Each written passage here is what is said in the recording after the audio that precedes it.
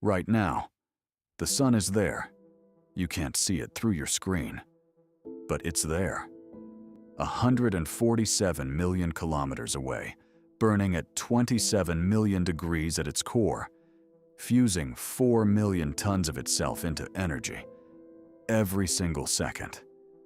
It has done this for 4.6 billion years, and in all of that time, through ice ages, through extinctions, through the entire rise of humanity, the sun has never once stopped.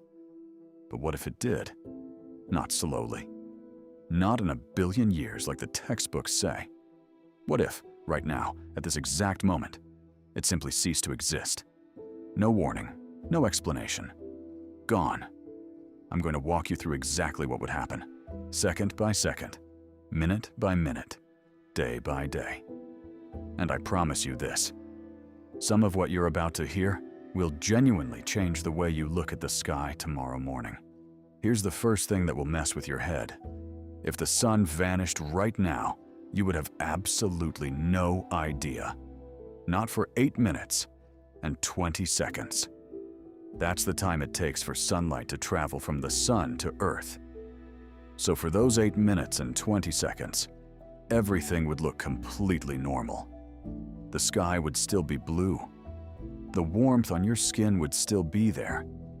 You'd still cast a shadow on the ground beneath you. You'd go on with your day. Maybe checking your phone. Maybe drinking your coffee. Completely unaware that the single thing responsible for all life on this planet no longer existed. Now, think about that for a second. The light you're receiving isn't real time. It's a recording. A message sent 8 minutes ago by something that no longer exists. Astronomers call this look-back time. The idea that everything we see in space is the past, not the present. When you look at the sun, you're seeing what it looked like 8 minutes ago. When you look at the nearest star beyond our solar system, you're seeing it as it was 4 years ago. The universe doesn't give you live updates. And then, minute 8 arrives. The sky goes black. Not dark like night, where there's still moonlight, still the glow of cities. Black. Absolute, complete, total blackness in the middle of the day. The moon disappears too, because the moon has no light of its own. It only reflects the sun. With no sun, there is no moon in the sky. There are no planets visible, just billions of stars that were always there, that you could never see before.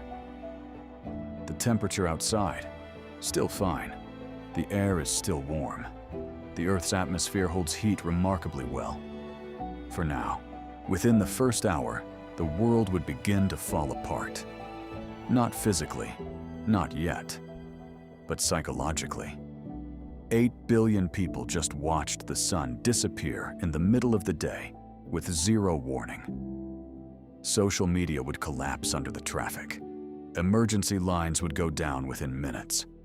Governments would have no script for this, no protocol, no playbook, because no one ever seriously planned for the sun to stop existing.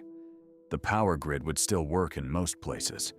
Coal plants, nuclear reactors, hydroelectric dams, all still running. But solar panels? Dead instantly. And solar energy accounts for a significant portion of power in countries like the United States, Germany, China, and Australia. In some cities, rolling blackouts would start within the first hour. Now here's something most people don't think about. The plants. Every plant on Earth just lost its energy source. Photosynthesis, the process that converts sunlight into chemical energy, stopped at the exact moment the sun disappeared. Every single plant on the planet is now running on reserves. Think of it like a phone with no charger. It doesn't die immediately, but the countdown has started. And that matters enormously, because plants don't just feed us. They produce the oxygen we breathe. Roughly half of Earth's oxygen comes from plant life on land. The other half comes from phytoplankton in the ocean.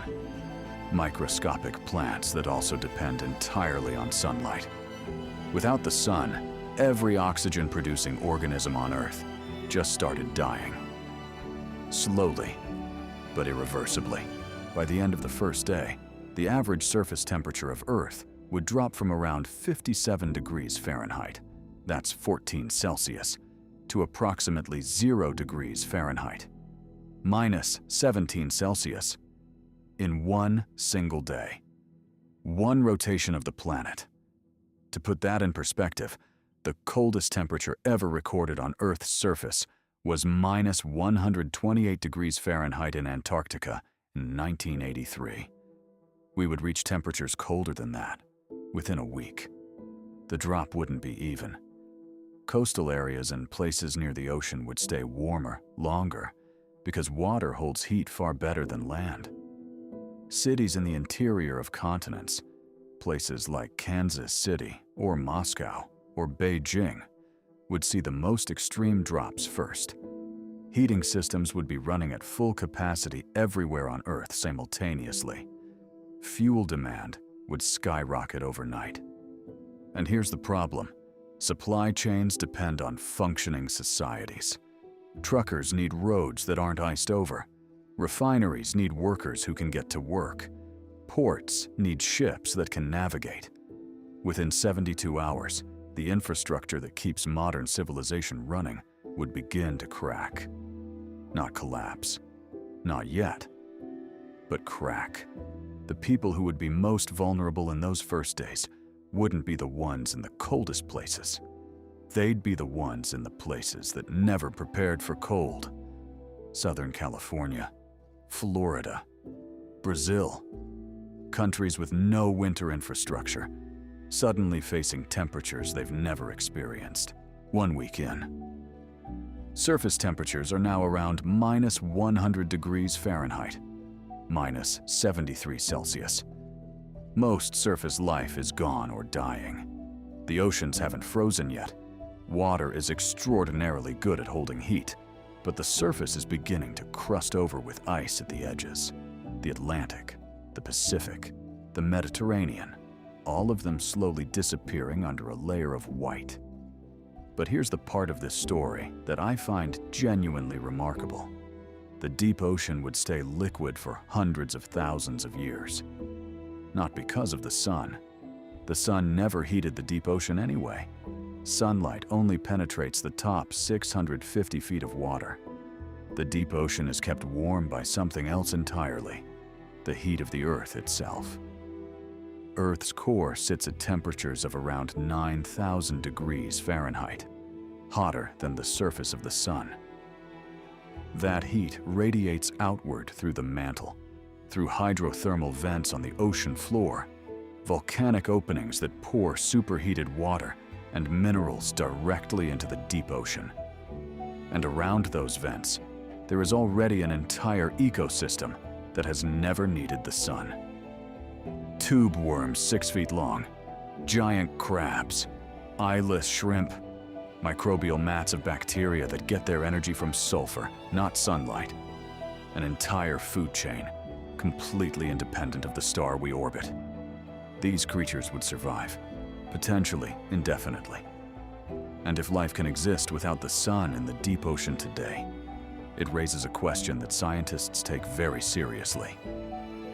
Could life exist like this on other worlds? On Europa, Jupiter's icy moon, there is believed to be a liquid ocean beneath miles of ice, kept warm by tidal forces from Jupiter's gravity, with hydrothermal vents, with the right chemistry. Life may not need a sun at all. Could humans survive? The honest answer is some.